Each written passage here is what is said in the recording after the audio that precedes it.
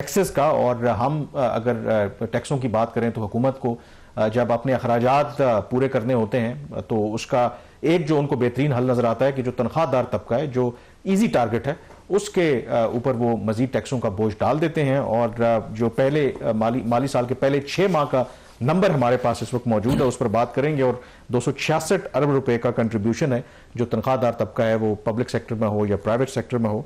तो इससे पहले कि आप ज़ाहिर तनकीद आप करेंगे, बट आप इसको एक फ्लिप साइड तो ये भी है ना कि देखें, आप प्राउडली बता सकते हैं कि पाकिस्तान की मईशत में आप कितना बेहतरीन अपने पास ये वाला जो क्रेडिट है ना, ये प्राइम मिनिस्टर अपने पास ले ले, हमें नहीं चाहिए। लेकिन आप कंट्रीब्यूट तो कर रहे हैं, आप क्रेडिट नहीं लेना चाहते। हम नहीं लेना चाहते ना, हम कंट्रीब्यूट नहीं कर रहे। हमारे गले के ऊपर कुछ रखकर और यहाँ पे कुछ रखकर लिया जा रहा है, हमसे लिया जा रहा है। हमारा इसमें हम लेना नहीं चाहते। एक रहे हुकूमत अपने पास रखे, कहे कि तनख्वाहदार तबका जो टैक्स नहीं देता, हम ये सुनना चाहते हैं क्योंकि हमारे ऊपर जितना बोझ पड़ गया। अब अच्छा, मैं before moving to this topic एक बात अभी जो मिफ्ता इस्माइल ब्रेक से पहले कर रहे थे ना, एक कैप्टिव पावर प्लांट्स के ऊपर लेवी लगाई हुकूमत ने, जिसकी तरफ वो रेफर कर रहे हैं। जैसे गैस महंगी हो गई, लोगों को मजबूर किया गया, फैक्ट्रियों को मजबूर किया गया कि वो गैस के कनेक्शन काट कर बिजली के ऊपर वो शिफ्ट हो।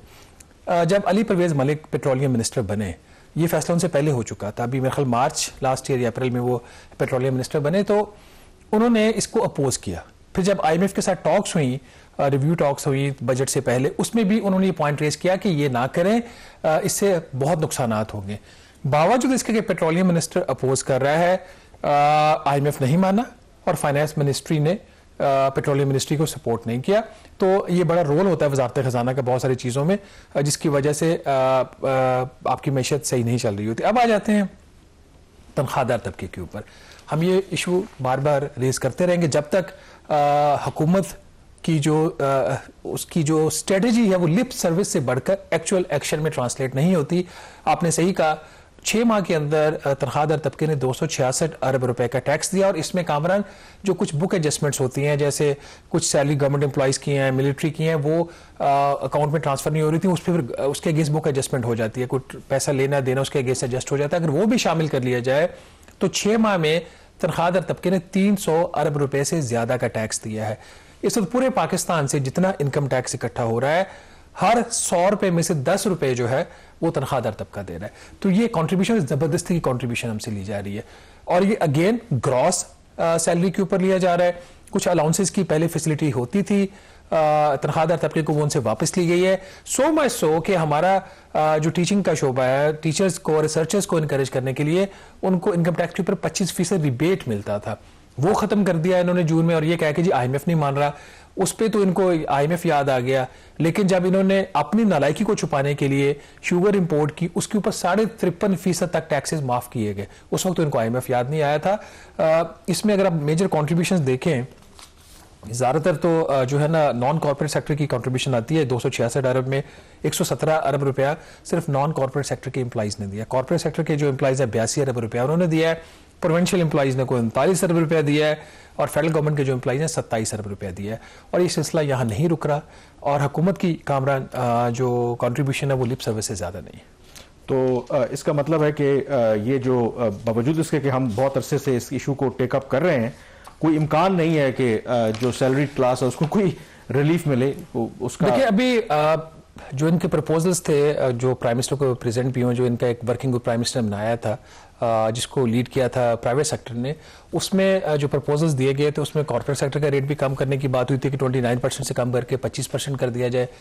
सैलरी क्लास का भी 38% से कम करके उन्होंने 25% करने की इन्होंने प्रपोजल दिया था। लेकिन FBR के अंदर ना एक काइंड ऑफ रेजिस्टेंस होती है इस तरह की चीज को। FBR को ना अब शिकार करना भूल गया। हम 12 ये बात कहते हैं, FBR शिकार करना भूल गया है। उसको होता है कि कोई शिकार करके उसके आगे फेंक दे और वो उठा के खा लेगा, इससे ज्यादा कुछ नहीं हो रहा। बड़ी इंटरेस्टिंग स्टोरीज हुई हैं ये जो अभी। गाड़ियां भी लेके दी थी हमने कि शिकार करने, सिर्फ अगर कोई गाड़ी नहीं करना, नाराज होते हैं। शिकारी अगर ज्यादा तेज है तो गाड़ियां दी हमने कि इसको पकड़े।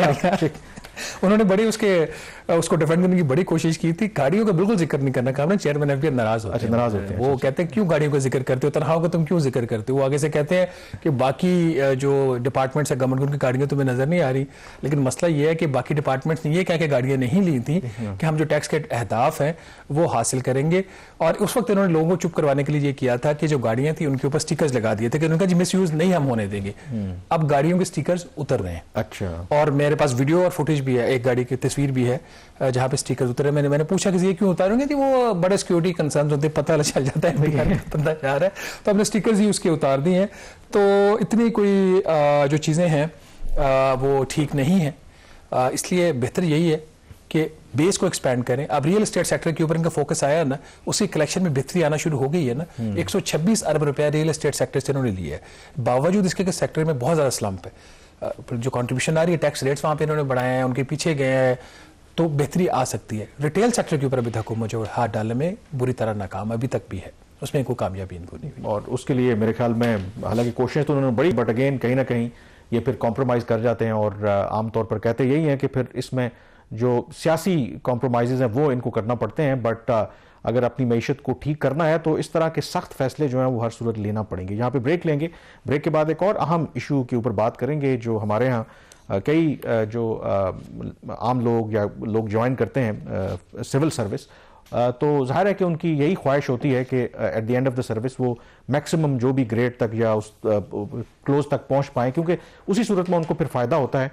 बट एक इंटरेस्टिंग रिपोर्ट है इससे मुतालिक, एक ग्रुप से मुतालिक, तो उस पर बात करेंगे लेकिन इस ब्रेक के बाद।